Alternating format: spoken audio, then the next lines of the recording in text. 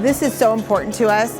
We are going to be actually building the largest transit project that we've ever built in this region, and it's $1.7 billion, and a minimum of $150 million is going to go to small businesses and DBEs. It's important to us to make sure that these emerging businesses have the same opportunities as these large businesses do. So the goal for Mid-Coast, our overall goal is 11.3%. That's a large goal for us. That's very high for us.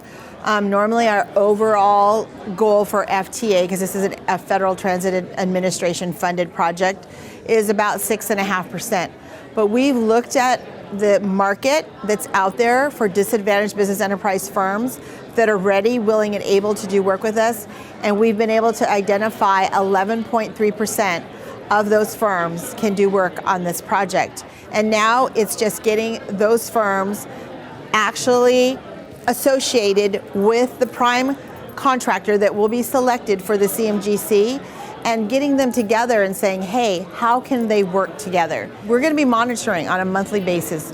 We're going to make sure that those small and disadvantaged businesses are getting the work. SANDAG has made it a priority to ensure that the small businesses and disadvantaged businesses of our region get their fair share of the opportunities that we're providing to develop the economy for both transit and highway projects.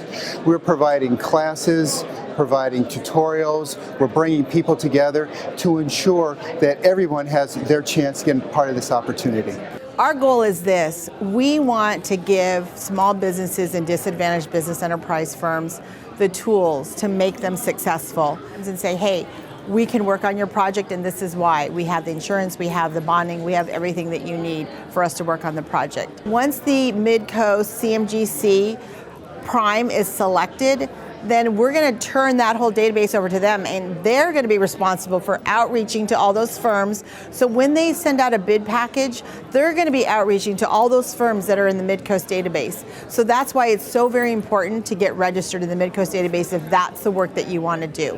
In order to be a part of this project, I needed to be front and center early so that they would know who I am and what I offer. Without these opportunities, I would have probably 30% less business. So right now, because we have DBE goals on our projects, if you can get certified as a disadvantaged business enterprise, that is the major foot in the door with us, because that prime is going to be looking for you to do work on this project.